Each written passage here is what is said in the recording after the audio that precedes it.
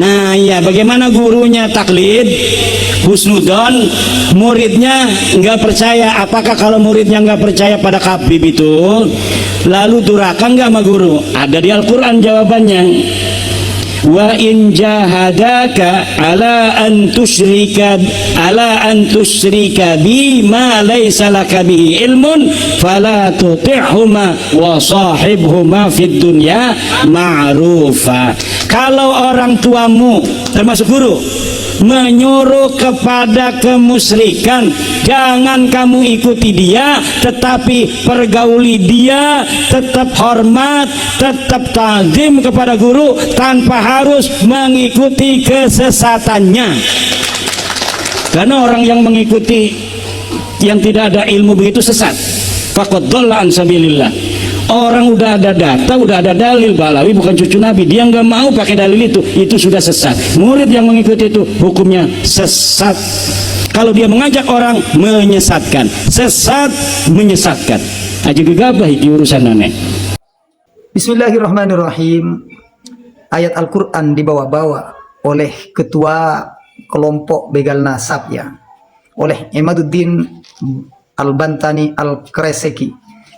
Sosok menyesatkan guru-guru ya, guru-guru kita muhibbin yang mendukung terhadap keabsahan nasab Sadeh Ba'alawi, yang membenarkan terhadap keabsahan nasab Sadeh Ba'alawi. Ini ayat Al-Quran saudara ya, disesuaikan dengan nafsunya, dengan keinginannya. Inilah gaya si tukang framing. Sungguh kaget saudara ketika mendengar bahwasanya kiai-kiai kita, guru-guru kita itu sudah dianggap tersesat ya, sudah dianggap tersesat. Memang ilmunya ini sampai di mana sih ilmunya Ki Imad ini ya? Hanya bermodal kabur ini ya, hanya bermodal kabur. Terus sosok kiai-kiai kita, ulama-ulama kita, guru-guru kita, sosok disesat-sesatkan oleh orang yang tidak jelas ilmunya ini ya.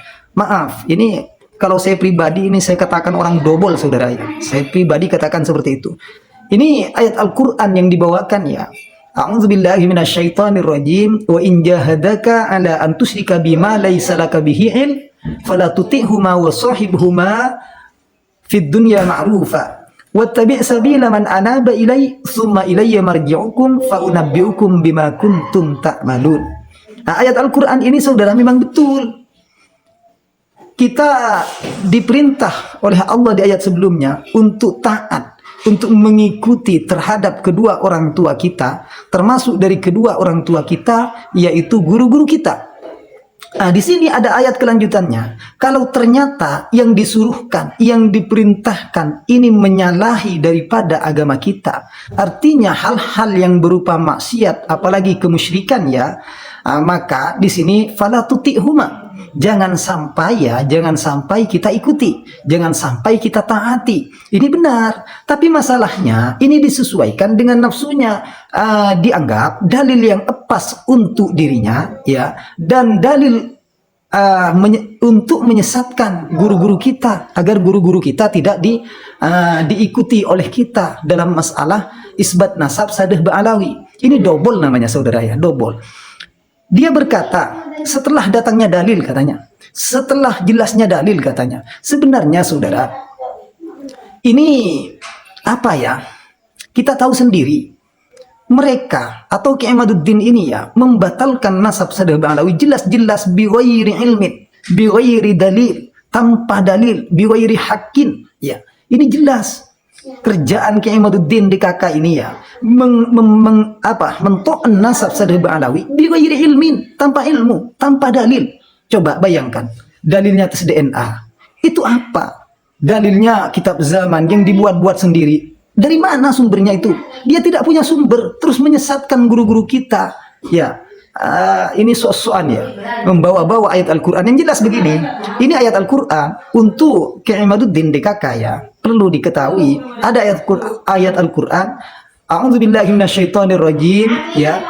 Ayat Al-Quran yang berbunyi wala tufsidu fil ardi ba'da islahiha. Janganlah kalian membuat kerusakan ya di muka bumi ini dengan cara bermaksiat setelah datangnya dalil, setelah terutusnya Rasulullah. Itu kalau dulu di zaman Rasulullah. Sekarang saudara, oke lah, Kiai Imaduddin ini kan membatalkan nasab Sadeh Ba'alawi dengan pakai sumber sezaman. Orang-orang yang tersesat saudara ya, orang-orang yang tersesat barulah datang para kiai menjelaskan tentang keabsahan nasab Sadeh Ba'alawi sesuai dengan kaidah-kaidah ilmu nasab.